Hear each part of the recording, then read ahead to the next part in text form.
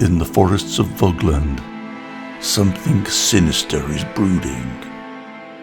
Quick, hide your printers! Biff, pow, zap, clunk, clunk, ouchie. Hey guys. Well, I couldn't be happier. Nearly 6 months ago, I reviewed the Piocreat HALOT-X1, a 16K top-down 3D resin printer, which actually impressed me.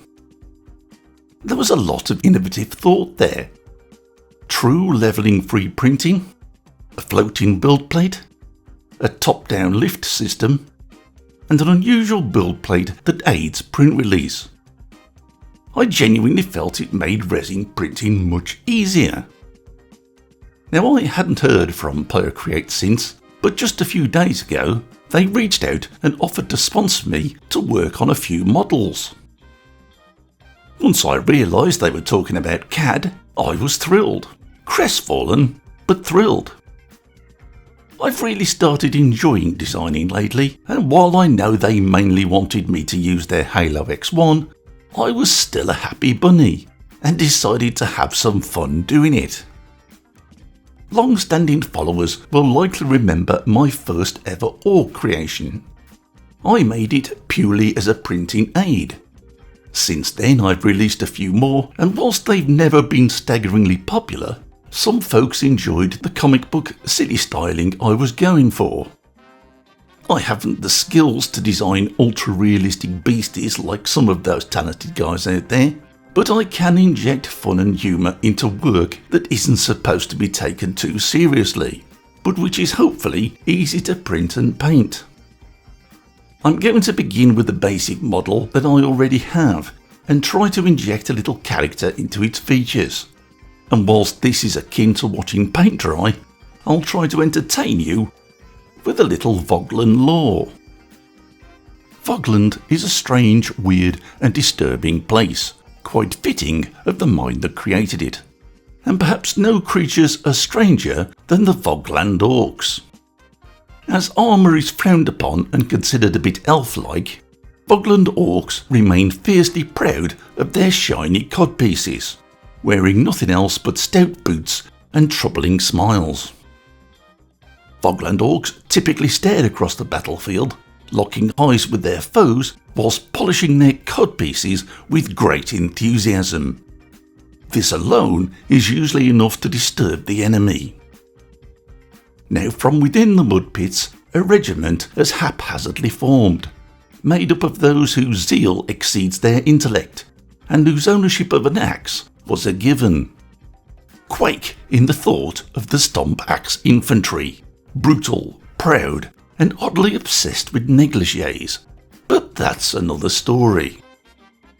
Only the Stompaxe Infantry are honoured, or foolish, enough to wear the sacred whetstone on their codpieces, a small sharpening stone mounted proudly by a very, very brave and very, very disturbed blacksmith.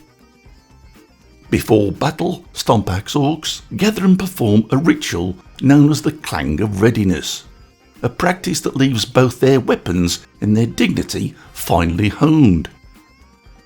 Surviving and semi-coherent onlookers have reported sight wherein the Stompaxe Infantry rhythmically sharpen their axes against the whetstone with dubious pelvic motions.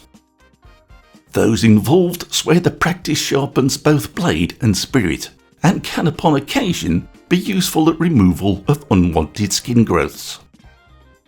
It was after one slightly over-enthusiastic ritual that the Clang of Readiness was banned from indoors, a rare act of Orc law that came to be known as the Not on the Carpet Accord.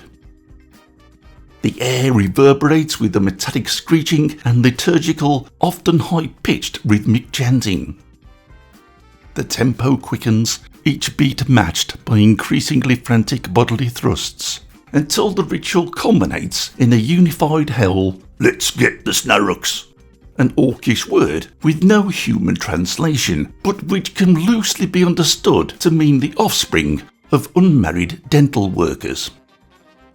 First into the fray, the Stompaxe Infantry favour a tactical doctrine known simply as the confident advance. The manoeuvre consists of running directly at the enemy, swinging their axes wildly, and shouting gibberish until something happens.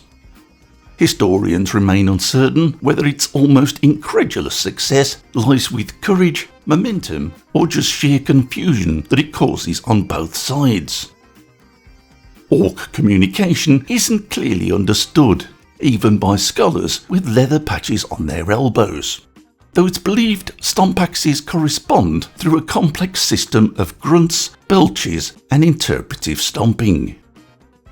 Military records note that a single misstomp once triggered a 3-day brawl over whose turn it was to feed the regiment war gerbil. Weapon maintenance is critical to any army, though curiously not the Stompaxe. The clang of readiness is said to hone the blade to a point where it can split a hair at the atomic level, a fact that once reduced an entire village to a smoking crater. The Stompaxe soldiers traditionally salute authority by wiping the flat of their blades across their own buttocks, a gesture of both respect and contempt. It's believed their naturally greasy skin creates a barrier that moisture and rust are too disturbed to risk piercing. Well, here they are looking naked, which is fairly typical for Vogland Orcs, but in this case, naked of colour. The challenge is, can I paint worth a damn? As I'm pretty hopeless, I've covered painting using an easy method in a previous video. But as I need to pad this out to please the sponsors, I'll give you some highlights. These are Vogland Ninja Orcs, all bedecked in black, or more realistically, they've just been primed using an ordinary auto spray primer, which unfortunately hides all the lovely detail. Dry brushing is a great technique, as you can basically do it wearing boxing gloves, and yet somehow, maybe through the power of Vogland pixie magic, it manages to make details appear. The HALOT-X1 did its job, from the rivets on the axe to the warts and blemishes on the cheeks. I got carried away doing 3 orcs, mainly because I had too much time on my hands after my wife gave me one of those looks. But genuinely, I'm pleased with how they all turned out. I get that these models and this style might not be for everyone, but the point is, if your imagination and a little CAD work can bring something into the digital world, then a resin printer as capable as the HALOT-X1 can bring them to life. After all, every one of these misfits was printed on the HALOT-X1, and somehow it survived. And if this printer can handle Vogland anatomy, it can handle anything.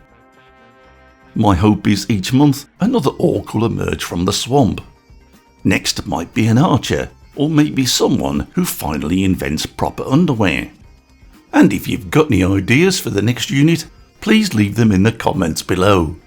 Strange and weird is good, but remember, this is a family-friendly channel. I'd like to say a big thank you to Piocreat for trusting me with a printer and a kingdom full of trouserless orcs. If you've enjoyed this little detour into Vogland, give it a like and we'll march again next month. If you didn't enjoy it, pretend that you did and say nice things anyway. That way, maybe, Piocreat will sponsor me to do another one, and I need the money. Either way, take care guys, and thanks for watching.